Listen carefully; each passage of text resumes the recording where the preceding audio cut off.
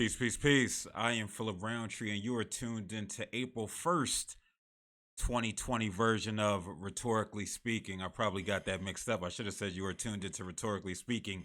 Today is April 1st, 2020. But I figured since it's April Fool's Day, I'll try to flip it up and switch it around for y'all. Listen, y'all got just me today. I'm going to be talking, I'm going to be ranting. But I want your input. I want your input. I want you to be hitting Facebook Live out. Shout out to people who are tuned in on Facebook Live. Shout out to those who are on YouTube Live.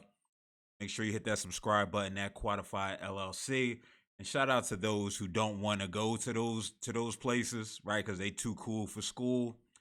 That would be those on IG Live. So shout out to everybody that is tuned in today. Listen, I'm gonna get in and out today. I figured I'll start a little early. Because it's another live broadcast that I want to watch at 8 o'clock. No, it's not the Scott Storch versus T-Pain battle that's going down, even though I think that's going to be pretty dope. But my guy, somebody I look up to, he has no idea that I exist, but Bomani Jones, he going to be going live at 8 o'clock with the Evening Jones, which is similar to Rhetorically Speaking. Some might say I might even somewhat stole the idea from him. Well, between him, Star from Star and Buck Wild, and Roland Martin, I feel like I took the greatest aspects and just brought them all right here to Rhetorically Speaking. So today we're going to get into some topics. The first one is going to be Florida enacting shelter in place. Then we're going to get into what's recently went down, which is U.S. prisoners will be forced into their cells for 14 days. They're shelter in place. They're going to be on quarantine. Now, I'll get into the particulars of it. So they're not completely on lockdown when we say 14 for 14 days where they're in there 24/7 like they're in the hole, but they're nonetheless they are still on quarantine. And just get into the problems that I see with that and how our prison brethren are treated in epidemics and in times like these. And last but not least, we're going to get into, man, this one guy who I never thought he was going to make it back into like stardom, make it back into the limelight. I never thought that after everything he's experienced in his journey through life, that he would have almost 1 million followers. That would be one Mr. Orenthal James Simpson, better known as OJ. But like I said, first we're gonna start with Florida. Florida might possibly be one of the weirdest states. If you ever heard me speak, whether it's on FM radio or here on this live daily digital show, I think Florida is full of a bunch of kooks. Florida and Texas. Think about it. Any weird story that you hear, like not just your regular weird, but I'm talking about your extreme weird, they all tend to come from the state of Florida. And so we know that Florida is like behind. It's already the South, so it's like the South go at a different pace than everybody else. That's something I think we've all acknowledged, right? But now here we are today, April 1st, about 3 weeks into the Rona, 4 weeks into the Rona. Shelter in place is in place in about, man, what we got, 50 states? I think it's now 4 states left. We're talking about the Dakotas. We're talking about Georgia and Maryland, who've yet to enact a shelter in place. But Florida came out today and said, hey, everybody, don't go nowhere. Don't go nowhere. I think this Rona thing might be kind of real. Again, it's Florida. What do we expect? Do we expect anything different from them? So meanwhile, they're all lollygagging out and about, gallivanting and what have you. That's why we see so many things and some of the weirdest and craziest interviews coming from the South Beach college kids who are just going down and like, listen, if I get the Rona, I get the Rona. Again, it's Florida. But unfortunately, that means that millions of people have been put at risk for the last 3 or 4 weeks that we've been dealing with this pandemic. And so I guess we could say salute to them, right, for finally catching up. But my question is, what took so long? What took so long? Now, hopefully, the people, again, hopefully, the people of Florida took a step back and said, all right, yeah, you know what? You haven't mandated it, but I am. But how can you really do that when businesses continue to be open? People still have to work. People still have to make a living. I'm familiar with a senator down there. He's an acquaintance of mine. Now I'm not gonna put him on blast because I know I know he's done due diligence, and I've seen him speak out on the fact that, hey, every other state except those four that I named have enacted shelter in place. But again, it just speaks to where they are as a state, where they are as a government, where their leadership lies, and just the overall respect that they have for the people or the lack thereof. So I don't know. Maybe is it just me? Am I the only one who thinks that Florida is? Shout out to DJ Turtle who tuned in on IG Live. But am I the only one who thinks that Florida is just weird? It's just weird as a state. I don't know. Maybe it is, but definitely let me know. Listen, the call-in line is also applicable for right now. 267-420-2070. I think I got enough gigabytes where where that can go down, where that can finally go down. So don't hesitate to call in. Also, the Cash App is rolling, right? We got the Cash App rolling. I'm not going to play the Dr. Umar like I played yesterday. I'm not going to do that, but feel free, hit a brother up on the Cash App. This is Floridian, right? This is Floridian. $ Quantified LLC. Again, like I said, I'm not going to be on here too long today. I got just some other things to do. I got some other things on my mind, and it's a Wellness Wednesday. And so, listen, sometimes you just need to decompress. Honestly, part of me thought about not even having this tonight. But there's something to be said about consistency. No matter if it's an hour and a half, which some nights we go, or whether it's 45 minutes, or if tonight is 20 minutes. There's something to be said about the consistency and the due diligence and just the repetitive process. We talked about this Monday with the brothers from the hashtag You Good Man group, where we don't necessarily have, first, we never know how we're going to be on that specific day. So at the end of this, I can't sit back and reflect and say, you know what, this was a bad episode. It was a beautiful episode because I've never experienced this day, this moment in time before. But again, there's something to be said about continuing to lay the bricks, even in moments where we don't feel inspired, where we don't feel energized, where we can't bring the alacrity on a daily basis. Because again, we have to show ourselves grace. We have to recognize that my best may vary from day to day. And even in saying that, it's not going to vary because I've never experienced that day before. And so I shouldn't be necessarily measuring my level of production on a day to day. But we're going to keep the bar going. We're going to keep the party rolling. So, as I said in the opener, the Bureau of Prisons have mandated a mass 14-day quarantine for all prisons in wake of the coronavirus.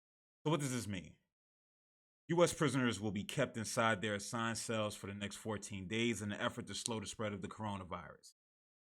It went in effect today, so today is the first day where inmates across the country, now initially it was thought to be just the federal prisons, but now they're saying all prisons. All prisons, and we know with federal prisons, some of them are like country clubs. And so their conditions might vary from a Rikers Island, where the conditions were already piss poor prior to.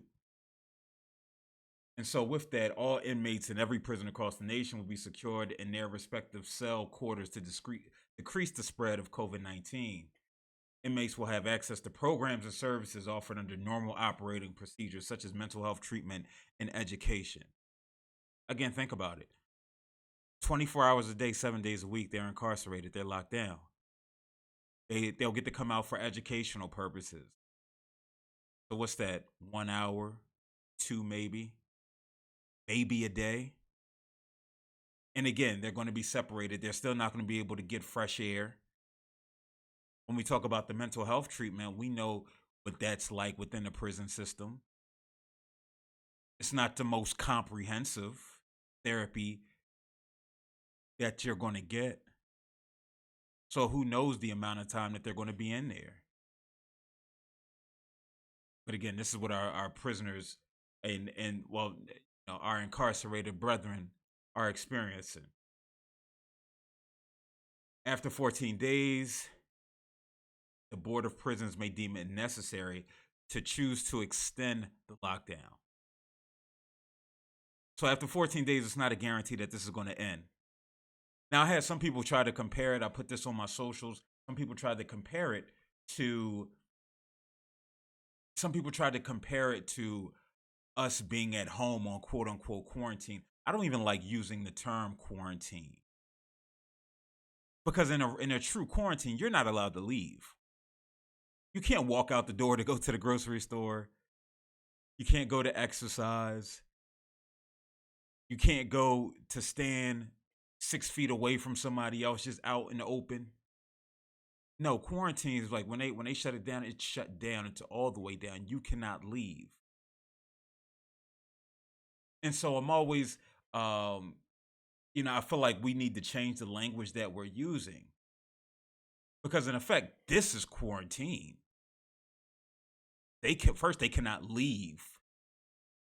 They can't leave regardless. Now, what about and I spoke about how this is such inhumane treatment, right? Why is this treatment inhumane? Again, they can't go outside to get some fresh air, even if for an hour. They're confined to the inside of the prison. My other question, I had a question, which was, and it goes to just the systemic issues that exist with not only regards to our prisons, but overall our governmental response to this epidemic. Where are they catching the corona from? They're catching the corona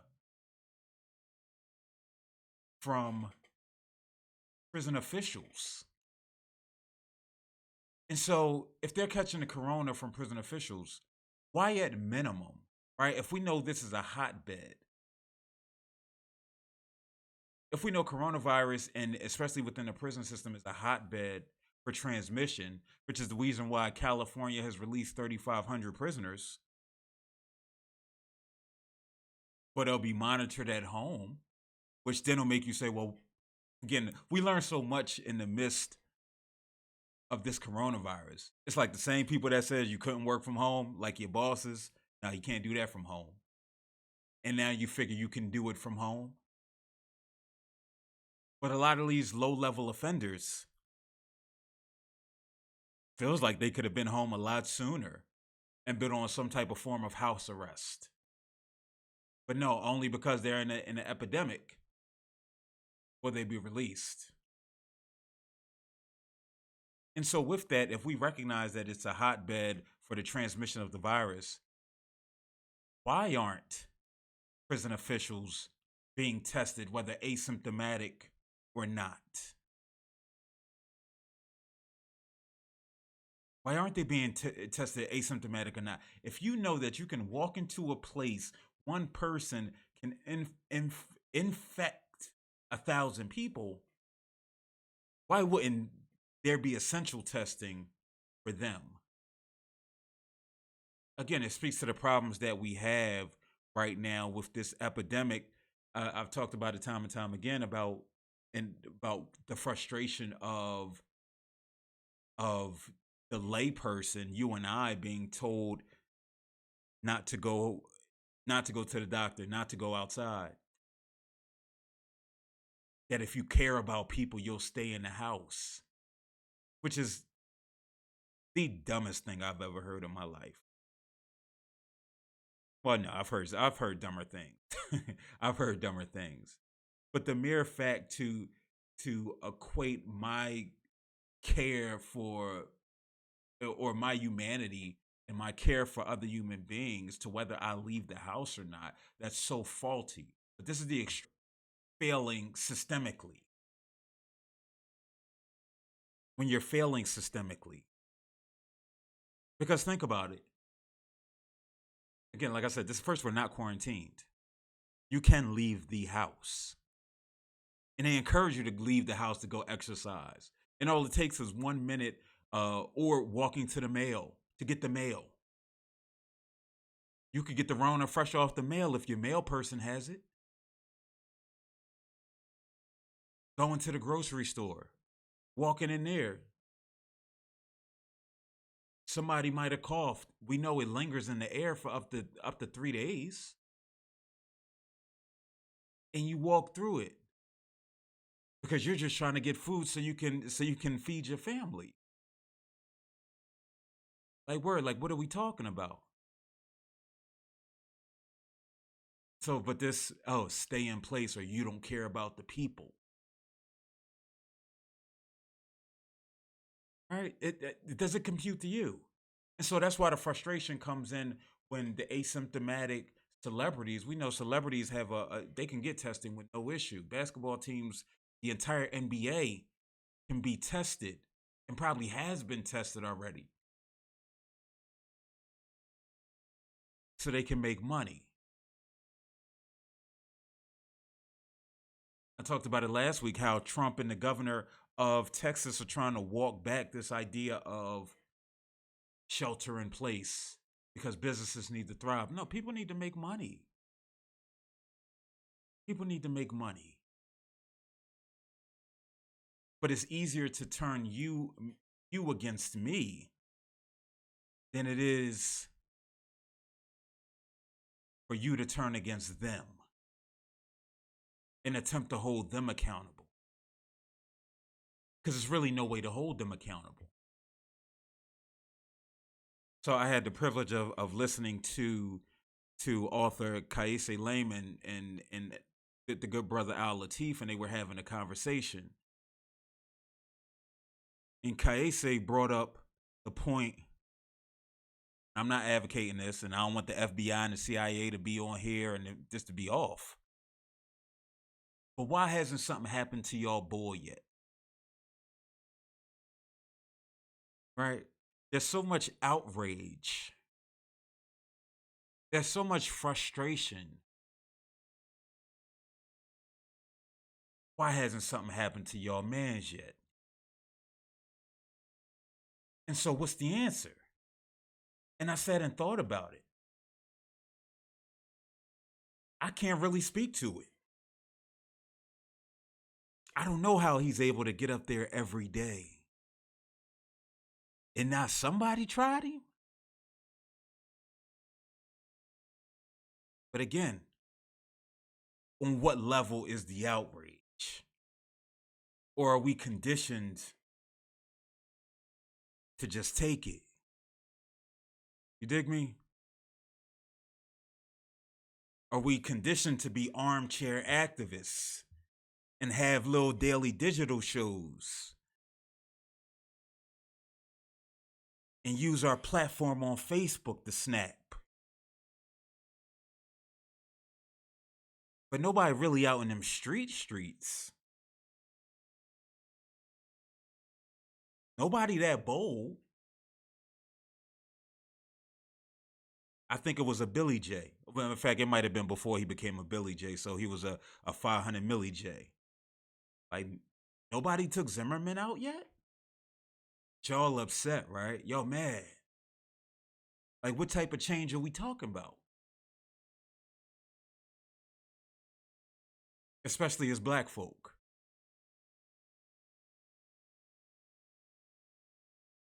Are we going to continue to use their system and hope to get justice? To hope to get our 40 acres and a mule? Or we just going to settle for that 1200, 1700 if you got a kid? I don't know. Who am I to judge? Because I'm right here on the Daily Digital Show, right? And so with that, when we're talking about our prisoners, our incarcerated individuals, we have no issue putting them at risk. We have no issue jeopardizing their mental health and wellness.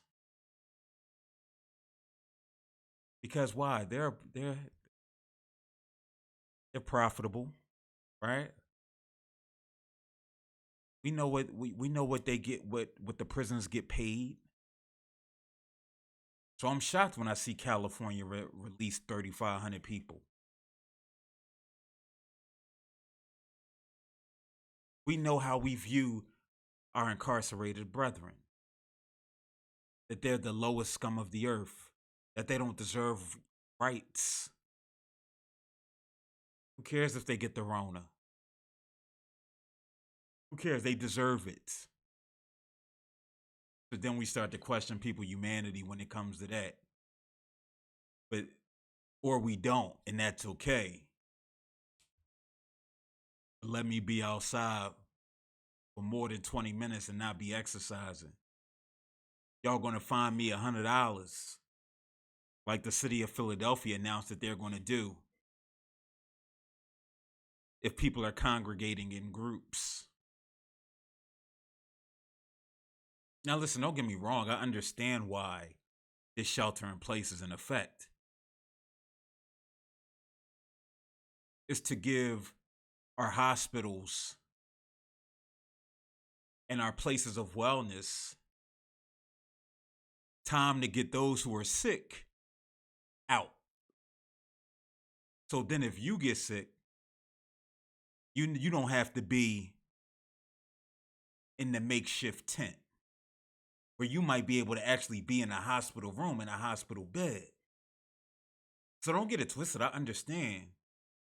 Shout out to Al Latif who just tuned in. I just talked about what you and Kaise was talking about earlier, with why nobody got your man yet.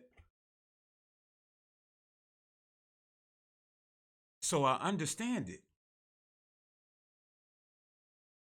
But again, our prisoners, our incarcerated individuals, and again, terminology means things, right? The words that we choose to use mean something. And so we have to be mindful of that. Because what happens, that idea that we get when we think about prisoners, is again the scum of the earth, those who cannot contribute to society, no matter what the offense is. No matter what the offense is. And so for them having to be quote unquote quarantined for 14 days, it's a little inhumane to me. And that's above my pay grade to say what should be done. No, it ain't. I said it already. Test the guards. Test the prison officials. There are different sections of jails. You might got to move a few people around, do some moving parts. Keep some isolated in one area. You got to be creative. You got to be crafty with it. But it shouldn't be at the expense of our incarcerated people's wellness. And just like that, I told y'all, man, we breezing through this. So next we about to get into y'all man. Not my man, y'all man. And I want to know, where do you stand on O.J. Simpson? Because I'm going to let you know what I was feeling today. All right, I'm going to let you know what I was feeling today. So I'm going to play this clip for you so you can have an idea of where I'm about to go. I've had so many people on my case asking me to watch some show called Tiger King. Well, yesterday I watched this show, and oh my God, is America in this bad a shape? I watched about 6 episodes of this show, and I couldn't even believe what I was looking at. White people! What's with you and wild animals? Leave them animals alone. The show is crazy. but it's so crazy you kind of keep watching. One thing I will say, there's not a shred of doubt in my mind that that lady's husband is Tiger Shushimi right now. I'm just saying. Take care, and I hope you find something better to watch.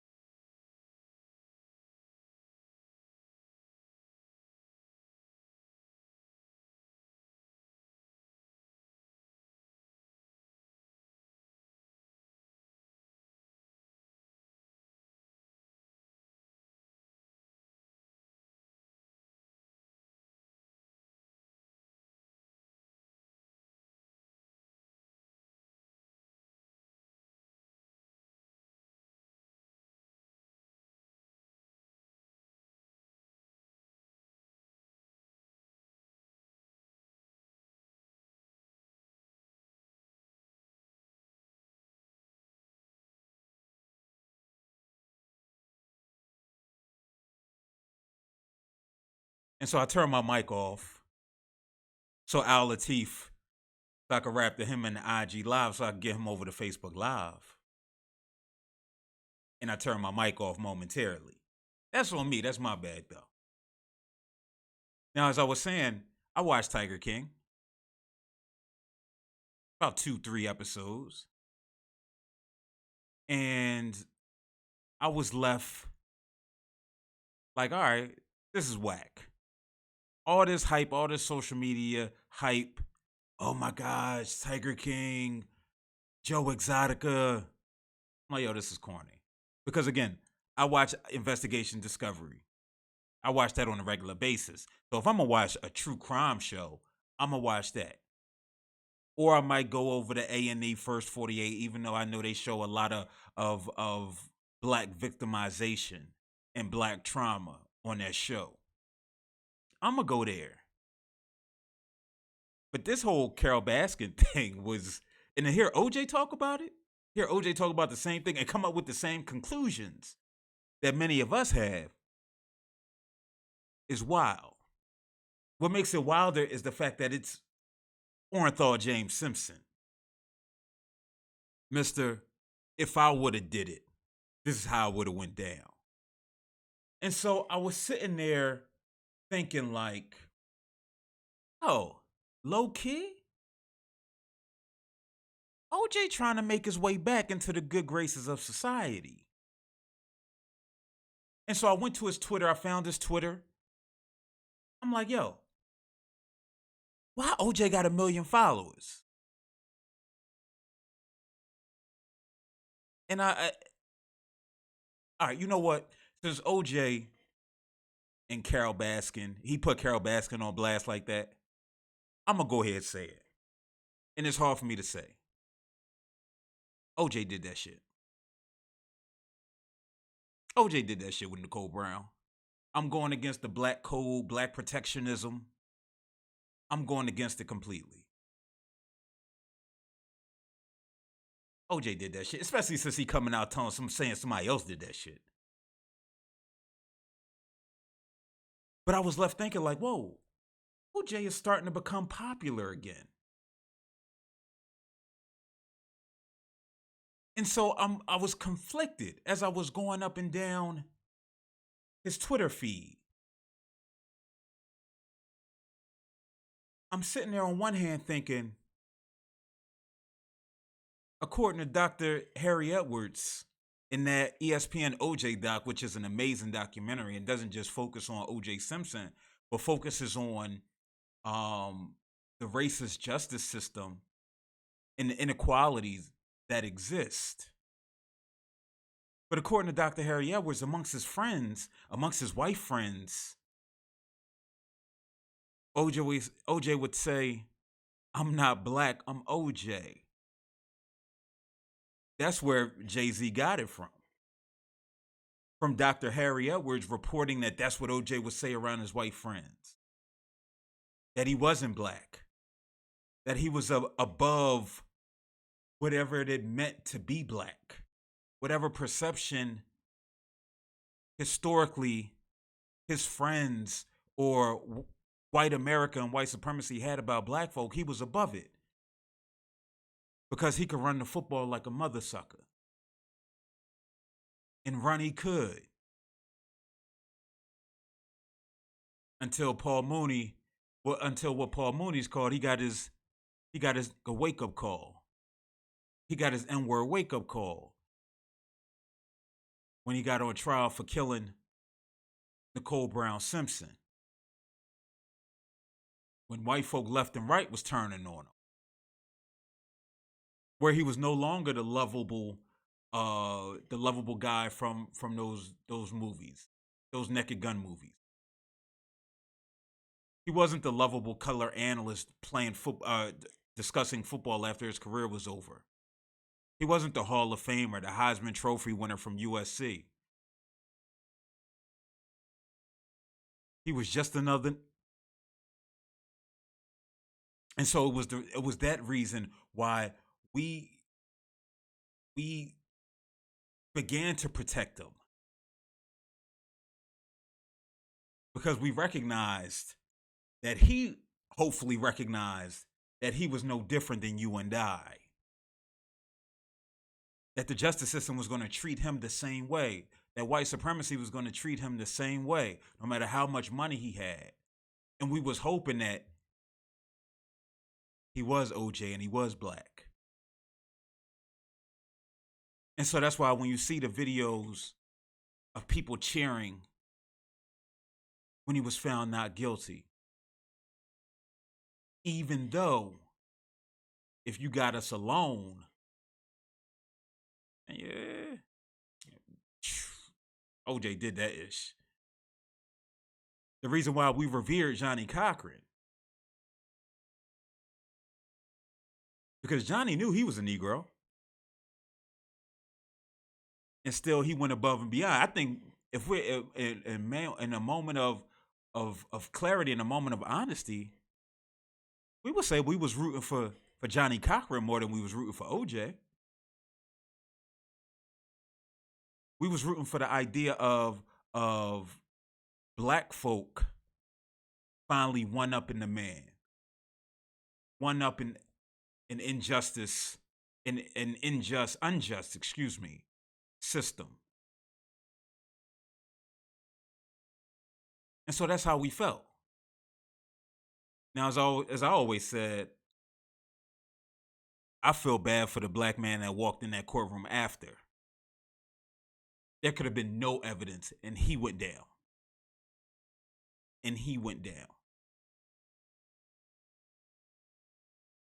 And so fast forward with OJ stealing his stuff back and having to go back to jail, we threw up our hands like, all right, OJ, listen, man, you stealing back your Heisman Trophy, you stealing back your own memorabilia?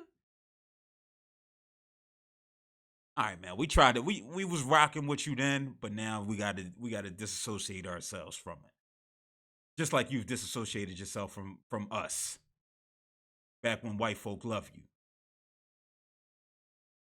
And so as I sit and I'm starting to scroll, he's been out for some time now. And I'm starting to see, OJ is really in tune with what's taking place in the world. First, to have a Twitter and to make these little short videos on the little golf course or whatever golf course he's on.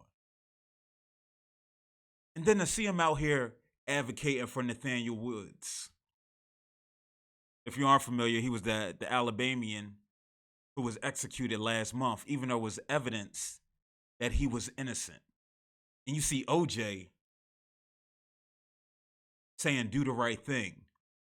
I don't know if we need you in this one, OJ. I feel like somebody got to say, oh, OJ, chill. Sit this one out, babe.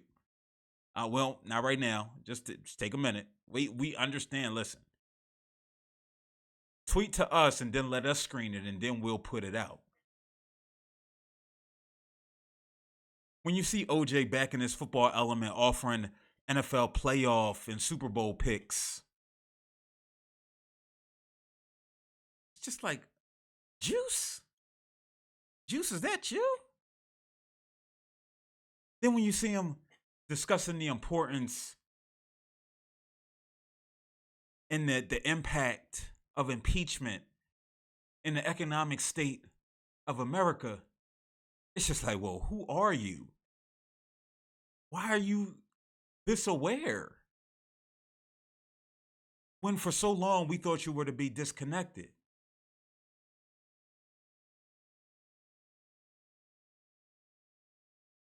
We thought you were disconnected, Juice. But now here you are. So in my mind, I'm starting to think, I'm watching the video. They say, yeah, Carol Baskin turned her husband into tiger sashimi. And it's just like, you chuckle. You chuckle because it's like, oh, Juice. And I was like, dang it. As soon as he said it. And I hit him with the, oh, Juice. This is what it is. This shows how forgiving we are to certain people, not only in our community, but in America. But it also highlights just the double and triple standards that exist amongst celebrity versus the common man.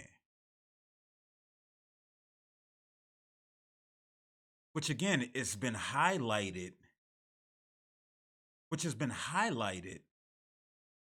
throughout this entire corona epidemic. We see the inequity and inequality in healthcare. I want a corona test. Why do I have to sit in and live with anxiety? Because I don't know if I have it or not. Because y'all can't produce enough. Y'all didn't take this serious. They tell you to get out and vote.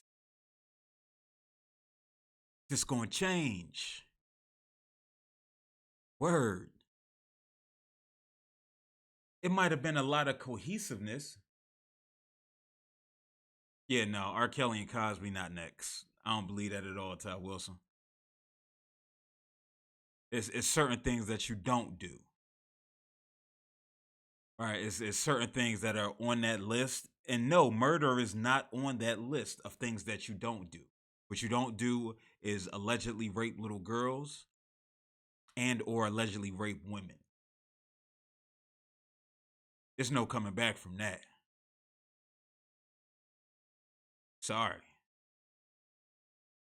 And that reminds me, today is the first day of Sexual Assault Awareness Month, which is something to be mindful of, right? But again, we see it. We see the inequality. We see the privileged. What do we do with that? I guess the best thing that you can do is fill out the census, right? That's what they tell you, fill out the census. Get your kid a laptop.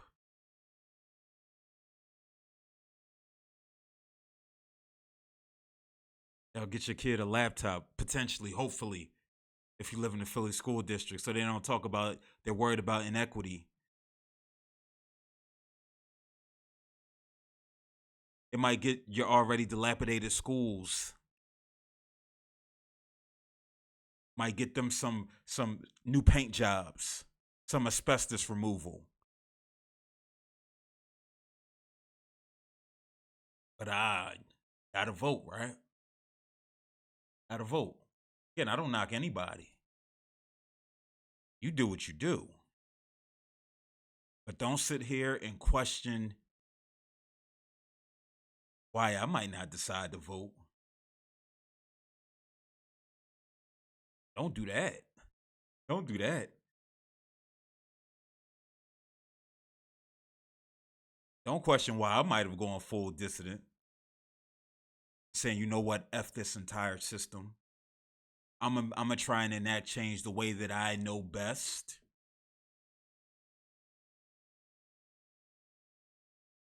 Don't call me inhumane because I decide to go outside, to go to the supermarket where I might catch corona and inadvertently pass it to somebody else. Don't try to shame me into staying in the house. Because we all know it's bigger than Nino Brown. If we had, they talking about 1 million people have been tested. How many hundreds of millions of people are in America? You know what might keep my home? If I take a test and they say, I don't have it. And I'd be like, all right, I ain't messing with y'all. You know what else might also help me keep my home? If I take a test and they say you got it. Other than that, hey man, we make business decisions every day. I say it almost every day on here. We make business decisions when we walk out that door. And yes, no doubt I have empathy for people. I have empathy for the people who are dying, who are chronically ill, who are symptomatic, who are asymptomatic. But it's the game. It's the game of life. And maybe if we weren't so coddled, myself included as a society, we will recognize and say, you know what, this is just a game. Now we're going to do what we got to do to get past it. We're going to be resilient and we're going to work through it. Because we can and we will. And we're capable. Listen, just like that, we over. I had to go a little early today. My man Bomani Jones about to come on so I could go sit in his live and watch him for the next hour or so. But no, we're going to be back tomorrow night with our resident guest co-host, Miss Ashley G, Ashley Guy. Because we do got some things to talk about tomorrow. We got Snoop, who out here wilding again. Why can't Snoop just be quiet? Like, he that uncle who don't know what to say and it's embarrassing. It's not funny anymore. Like, at one point you were funny. You were the life of the party. Now we just need you to shut the hell up. But who gonna say it to him? Who gonna be honest with him? Where's people's at to say that? Like, yo, Snoop, sit your dumb ass down.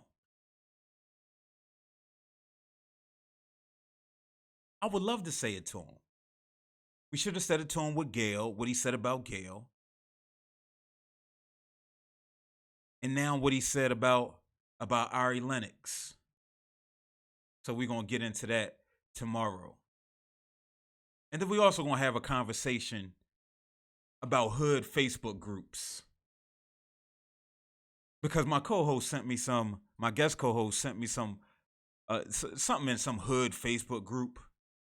And when I say hood, like the guy had posted his co-parent, which he didn't use that term, co-parent, asked him for some money for his child's sneakers. And he said, I pay $127.43 a month in child support. Don't be knocking on my door. One of those type Facebook groups. We're going to try to find out what she thinks is cool about those things. And we're going to find out why she think that's cool to send it to me. Listen, I appreciate you all from tuning in. I will be back at the regular time, 8 p.m. tomorrow night. I am Phillip Roundtree, and you have been listening to Rhetorically Speaking. Peace.